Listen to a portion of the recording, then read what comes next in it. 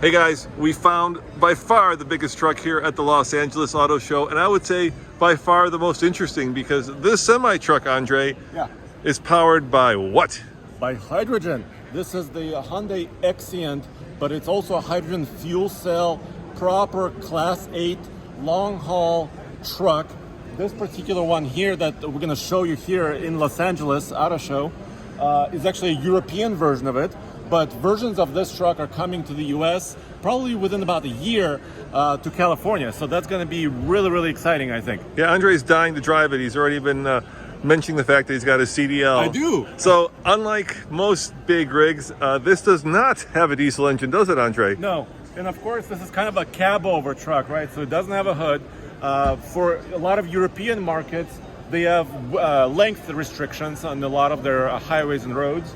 So this is kind of a configuration for that. So you can actually tip this forward, and we'll show you inside, and get access to the fuel cell. So basically, if I'm gonna just sorry to cut in, but if you were to flip this forward, what you would find is you would find two fuel cells from this vehicle, which of course is the hydrogen-powered Hyundai, and they now have taken the fuel cells, put it in here, and then back here, of course, put giant 2-inch tanks, 2-inch thick tanks, because they're putting a lot of bar pressure. I think 350 in Europe, and in here 700 bar here, so it's yeah. like 10,000 psi. So you can put a lot of hydrogen in there.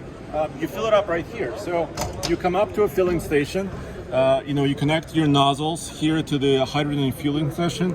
Of course, you're gonna say, Andre, where can you find hydrogen filling stations? Well, a lot of them are actually in California. So this truck will be available here, and hopefully, maybe years down the line, there'll be more across the country. And for all of you big rig fans, you might know that Toyota had introduced a hydrogen-powered truck at the LA show a couple of years ago, and that's been, I think, being tested at the port of LA. But this is a proper long-haul truck. This isn't the truck that's ferrying containers from the port to the distribution center. This actually has 800 kilometers or 500 miles of range when it's full. Yeah, and it also has approximately 500 horsepower. So basically, it can be driven two ways. The fuel cell generates electricity for the electric motor, drives the rear axle, or there's also a battery on board, which you regen energy into that battery. That battery can also drive the truck. Yeah. So tell me about the drivetrain on this, Andre. How many wheels are driven? Well, this is in this case just this axle is driven. You can also get, they're saying for American market, both rear axles to be driven. Just a configuration change. But this is really interesting, dude. Back here, this is the steer axle. So to make tighter turns, especially in European markets, they have this tag axle in the back that you can actually turn. And it also has disc brakes, which is kind of unique. You don't see this every day here in the US. I think you can raise these too, right? You can lift them up. Yeah. So depending on your load. They say this will carry approximately 40, or can pull about 40,000 pound payload, and a total gross vehicle weight of about 82,000 pounds. So it can do basically the same work as a traditional diesel truck. All right, well, let's jump inside. I'm dying. You get in the driver's seat. Since you've got your CDL, I don't. And I'm going to get in the passenger seat. Now, one of the things that the people at Hyundai have told us, and look at that, is that in Europe, at least in Switzerland, where these are now running around, a lot of truck drivers are quitting their normal fleet driving companies to join companies with this truck, because one of the great things about a hydrogen. Hi, Andre. About a hydrogen truck. Can I grab the camera from you? I got Are it. you okay? Yeah. One of the great things about a hydrogen truck is that it's completely quiet, so you don't have all that diesel clatter, and that means that at the end of the day, you're not as stressed. At least that's what the people at Hyundai are telling me. So here, I'll Can you give you see the camera. anything? Is it really dark? You know what? I'll go get the light. Here, I'll run and get the light. Yeah. So I'll show you first kind of some of the controls while Roman is getting your light, the light for you. Kind of traditional gauges. You have your speedometer here. You have your battery modes, and it can also show you whether there is charging or regen happening. You can see your pressures for your brakes, and this is, I'm not super familiar with all the buttons because they're also for European configuration of the truck, but a lot of comfort as well. This is your headlight switch. You've got heated steering wheel, air slides, etc. lights. And Roman, thank you for the light here for the interior. Yeah, the cool thing about this truck, Andre, look at me. Now that I'm lit up. Do you think I have enough headroom here for a cowboy hat? I think so. And so this cab is modified. So some of these obviously could have a sleeper area and a curtain, but I mean this one is kind of a test unit as well. You have a lot of storage up here, little cubbies. You have additional controls here in different mode switches, of course, navigation. This is your transmission. You know, they said it has a 6-speed transmission, basically. Which is crazy for an electric vehicle, right? Basically, this is an electric truck. And then if you guys are wondering what comes out of the exhaust, the answer is nothing, just water. Just water goes onto the street while you're driving because hydrogen, of course, goes in the fuel cell, gets converted to H2O, which releases energy, which then falls out of the truck as water. Yeah, and you get electricity, obviously.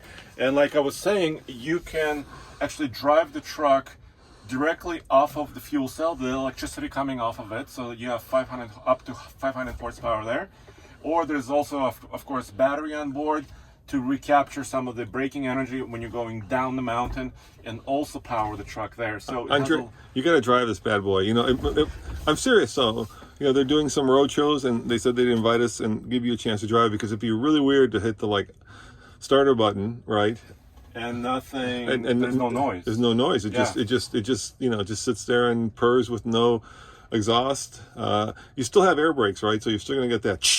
Yeah, you still have some of the, the macho noises. You should see the seat. Look at how cool that seat looks. Look at the little headrest. Yeah, it's actually very comfortable. Yeah, and you got a little armrest over there too. Very comfortable. Yeah. And this is kind of a European config, like I was saying. Yeah. So I'm not really used to seeing all these parts, but very comfortable. A lot of configurability, radio, obviously all the infotainment features, and giant mirrors. Yeah, of course. Look at the mirrors. I mean, of course you got to have giant mirrors. Now, you guys might be wondering, well, how much is all this future cost, right? And after incentives are saying it's about $200,000 for this truck. This truck. That's after incentives. Before, there's no MSRP on it, so it's going to be a lot more. So you might say, okay, the diesel truck, simple one would be about 125,000. Class 8, big semi truck. Sometimes they go a little bit higher depending on features, right? And depending on diesel engine options. So this is more expensive, but then you're using, this is exploratory technology, right?